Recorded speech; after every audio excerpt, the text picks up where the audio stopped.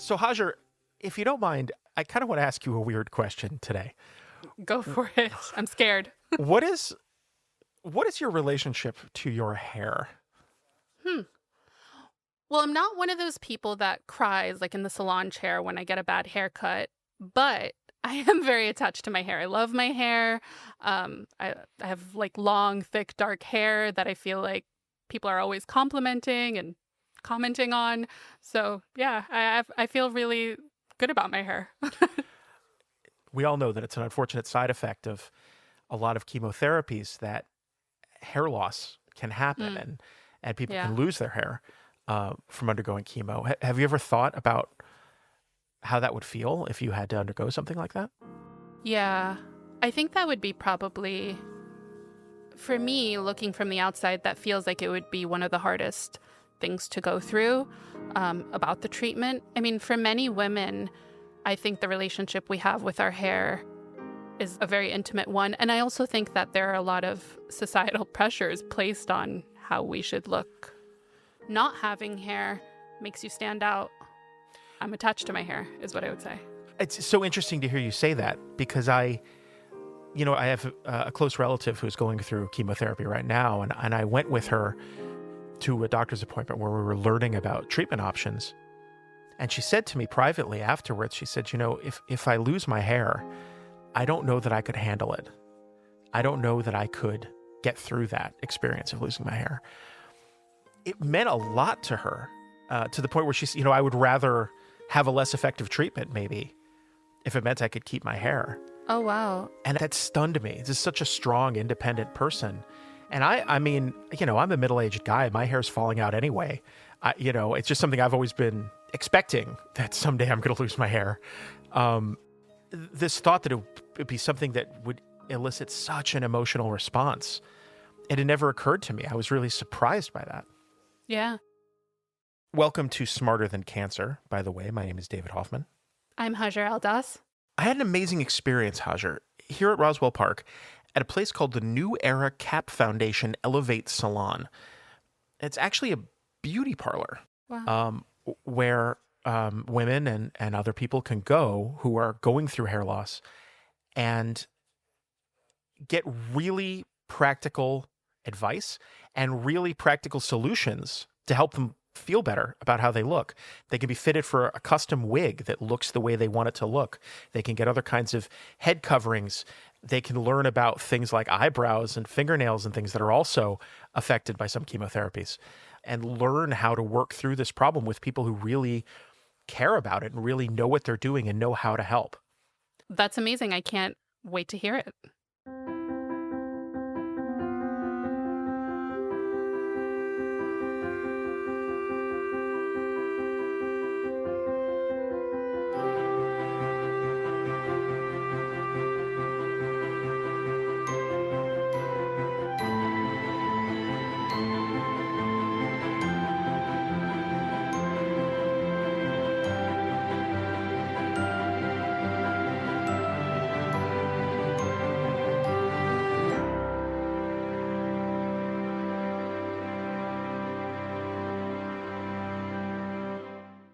Hi, my name is Kimberly Walker Parker.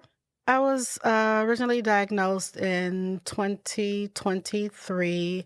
My diagnosis is uterine cancer. When you first started chemo, when you were prepping for chemo, did they talk to you about hair loss? Did you know that that would be? Yeah, I met with the pharmacist and told me, what to expect. At the time, she did tell me hair loss was to be expected, which I thought I would be okay with until you actually experience it. Until you actually live it and actually go through it, and until that moment when you actually touch your hair and it's in your hand, is nothing you can actually prepare yourself to go through. You could actually feel it falling out. Oh yeah, you can touch it. I could lay down and it would be on the pillow. Wow. Yeah, and I've always been the type to I just like hair. I like to make my hair look nice. So, not to be able to actually style it or, even running a comb through it, you're just, helping it come out. Yeah. It was difficult. Were you worried when you were losing your hair? Were you worried about how that would make other people see you? Absolutely. Can you speak about Absolutely. that a little bit? Yeah, especially I'm a grandmother. Sometimes kids, I have little grandkids and they can be brutally honest. Oh, they're the worst. They don't Yeah, care. yeah, They're yeah, mean. Yeah. yeah, they are. And they're not saying it out of hate. It's just, it is Yeah. what it is. And of course, by them being brutally honest, I know each of them individually. And I probably anticipated him saying some things, and even I'm married. I have a husband. Of course, that made me think that he would find me unattractive. Oh dear. Yeah. Yeah, even my coworkers and strangers, or like I said, it affects the medication. It affects not only your hair but your eyebrows. Like I don't have any now. I still look totally different. You just imagine someone without eyebrows and just looking in the mirror. But definitely, I self-esteem was low. I must admit. I'm Maria Capilupo. I'm the Senior Resource Coordinator here at Roswell Park, and I oversee the Elevate Salon. Thanks to our amazingly generous donors, we are able to offer our patients who are experiencing hair loss due to their cancer treatments complimentary wigs and head coverings. Our head coverings include hats with hair, sun hats, beanies, that kind of thing. We also have stylists on staff who offer pre-treatment haircuts, head shaves, and beard trims. They also go see our patients if they are staying with us in the hospital and do inpatient grooming as well. That's amazing. And you work here as well? I'm a volunteer. Oh, Yes, spectacular. yes. What's your name? My name is Nancy Biernatt. Oh, Nancy. So tell me about why is hair so important for the people who come in here? I guess you can say, it's said that hair is a woman's crowning glory, and it's true. Hair is so important, especially to a woman. And I know it's important to a man also, but hair is really key sometimes to how someone feels. Look good, feel good, we say around here a lot. It's a big part of a person's image. Our patients tell us they don't want to look into the mirror and see a cancer patient looking back at them. They want to hold on to the way they looked when they were healthy, when they were in better times. And it's also the way they present themselves in the world. They don't want the pity looks, she's got the scarf on, she must be sick. They want to present themselves in a way that they have control over. I mean, this really cuts close to the bone for people, doesn't it? It's true. But I think what's interesting, and I think what we learn so much, is everybody's so different. And we get degrees of how important it is. There's people that it's so crucial, and other people that say, it's fine. It'll grow back. Don't worry about it. So we learn so much from who we're dealing with. Yes. So how do you figure out what someone needs and how you can help them? And how do you, maybe sort of walk me through that process of somebody walks in the door, what do you do? Well, my first question is, tell me what you want your hair to look like. We sit down and tell me. And a lot of times what they'll do is they may take out their cell phone and say, this is the picture of my hair. This is what I would like it to look like. So you kind of get a feel from the patient, and it's all patient driven. I mean, we're not trying to force a wig or a look on anyone. We pull from them what they want to look like. We have a catalog. Can I see it? Absolutely. And what we'll do is we'll go through the catalog with them. So we'll say, all right, do you want your hair long, short, curly, bangs? So then we look through the catalog. How long do you want it to be? How much do you want it on your face? Do you want it very short like this? Look at how curly this one is. Yeah. And then once they've chosen, is it a question of, is it a fitting? How did you order them? How does it happen? Well, we usually probably narrow it down to maybe 3 different styles. We bring them over to the chair. We try on different styles. Not every wig comes in every color, so we have a color ring. So we're able to match, the color of their hair with the coloring. So let's say, for example, all right, we're looking at Riley, and Riley's kind of a long, shaggy style. The patient tries on Riley, but the only Riley we have is maybe blonde, and the patient wants a different color. So we take a look at the coloring, we match the color, and then we order Riley in the color that the patient has chosen. So do you have one of every wig in this catalog Yes, here? but not the color. Yes. So how many wigs do you have at any given time? Last count was 101. Wow. Yeah. We have a few different vendors. The catalog you're looking at right now is our primary vendor. And as Nancy mentioned, a lot of times people want their hair to look like it did before they lost their hair, so they'll show us cell phone photos. But a lot of times people will come in and say, you know what, I've lost my hair. I want to do whatever I want. I'm going to go wild. And we have things like electric blue and ultraviolet and fire engine red. So we have something for everyone.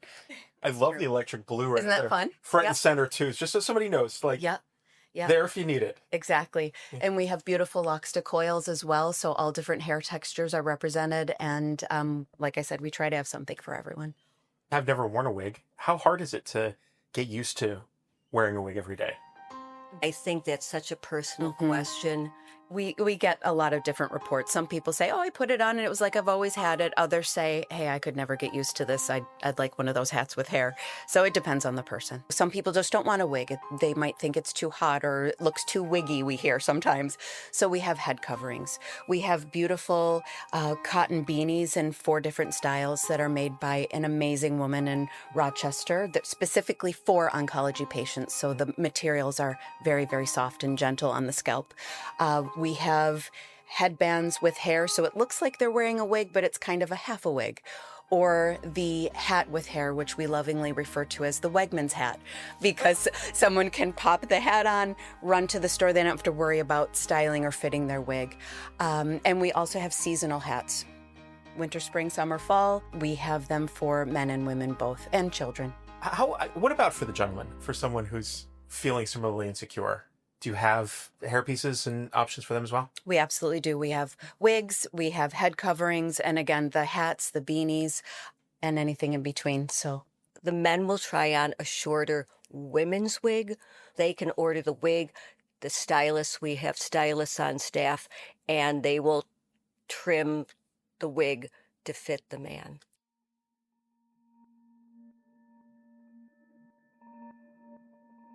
So when did you learn about the salon, and tell me about your experience of going there and working with them? I believe I received the information in like a pamphlet, and my daughter was with me along the way, and I believe she's the one that actually pointed it out, like, there's a salon there, you can go to, and I did. So the girls in the salon were awesome. First of all, they were very kind. They shut the door, which I appreciated. Had some privacy. Actually, the time was even scheduled, for me to be in the salon without other people. No one like pushed me towards a certain style or anything like that. I was able to, pick out more like my style. And I was fitted, not only fitted, but it was styled as well, styled and cut to my liking. Did wearing that new wig after you were fitted improve Boost your my confidence? Oh, absolutely. Absolutely. Because I thought I would just be wearing caps or hats or, something like that. That hair gives you like some security that you still look more of yourself. And the services at the salon go beyond wig fitting because, like Kim mentioned, the side effects of these medications go beyond losing the hair on the top of your head. All your hair is affected. Your eyebrows, your eyelashes, even your fingernails, which are also made of keratin, the same stuff hair is made out of. I'm Christine Cook, and I am an oncology-trained New York State licensed esthetician. So I work with patients who come into the salon. We do one-on-one brow tutorials where they get a little session and they learn how to enhance what they have or add on what they've lost. Sometimes chemotherapy, because it affects hair growth, It can also affect skin and nails, so we can kind of touch upon that. And they get a one-on-one experience that's kind of tailored to where they're at. And they get some skincare tips and techniques to take home with them. And I'm always available for questions. Fingernails are things I never even considered, but those are fast growing. Exactly. So I always say that, cancer in its most childlike definition is cell growth gone rogue. And they're rapidly growing cells. And we have that within our body as well, hair, skin, and nails, and our gut. And so chemotherapy can't tell the difference. And that's why those side effects are so particularly profound, and they're the quickest side effects that usually happen for people. So we kind of try and make that transition a little bit softer, a little bit easier for those going through it. What can you do about eyebrows? I mean, other than... So we do, there are, believe it or not, temporary tattoos that can be used on them, very, very similar to the ones we had as kids. But patients receive a take-home kit with powder and pencil, stencils if they'd like, a brush, an eyebrow brush, and we do the session here, but then they have access to a tutorial online that will walk them through all the steps so they can do it at home as well. And what happens to fingernails? I've never heard anyone bring that up before. So because hair, skin, and nails are pretty much the same ingredients. It's just how they're put together. Side effects for nails are discoloration, brittleness, softness, dryness around the cuticle area, or they can fall out. Gosh. Because that chemotherapy hits it at the growth site, at the nail plate. And so we teach them how to keep that area soft, supple, steering away from manicures and pedicures, and even in a professional setting, because they're also immunocompromised at that time. And as clean as an area can possibly be, there are still other people within those professional settings. So it's best to kind of take care of yourself at home, using your own tools, your own polishes during this time. Oh. And we teach them how to do that. And then they also get items to take home that are theirs and theirs alone. Amazing. Thank you. You're very welcome. Thank you. I think what's so special about this is something you hear over and over again is people talking about sort of loss of self. Yes. That I'm becoming a patient and I'm losing who I was. And it's also another piece of it is it's the one thing you can control. Yes. Because when you're going through what you're going through, there's so many things that you can't control. But you can come in here, you can pick out a wig, you can choose what style it is, you can have it styled, you can choose a head covering, and you have such a sense of control over at least one thing that you're going through. Mm-hmm. And that's really important. I love that. I think it's wonderful what you guys are doing. Thank you. We love it. As you can tell, we're proud of it. We're passionate about it. And we love being able to offer a bright spot in a particularly dark time. We try to give a spa-like experience in a hospital setting, which is unheard of elsewhere. You're going to walk out of here feeling like you are yourself. Yes.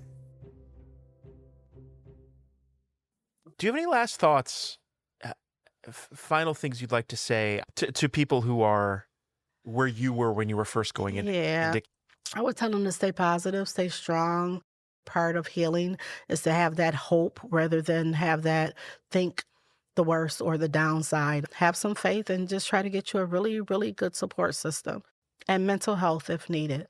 Yeah. Not be afraid of seeking out because it is an emotional roller coaster. Find something to look forward to. Find some hope, get out and live. Thanks for listening to Smarter Than Cancer, a production of Roswell Park Comprehensive Cancer Center.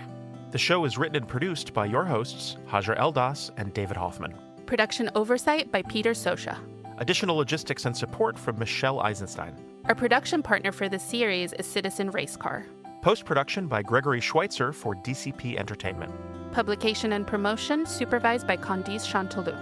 If you or your loved one has been diagnosed with cancer and would like to schedule an appointment with Roswell Park, please call 1-800-ROSWELL. That's 1-800-ROSWELL. Or visit us at roswellpark.org. If you're enjoying this series, we'd love to hear from you. Please reach out and tell us about your cancer story, and let us know what topics you'd like us to cover in future episodes by filling out the form at roswellpark.org/. And if you know someone else who might find value in what we're doing, please tell them about it. You can listen and subscribe wherever you get your podcasts.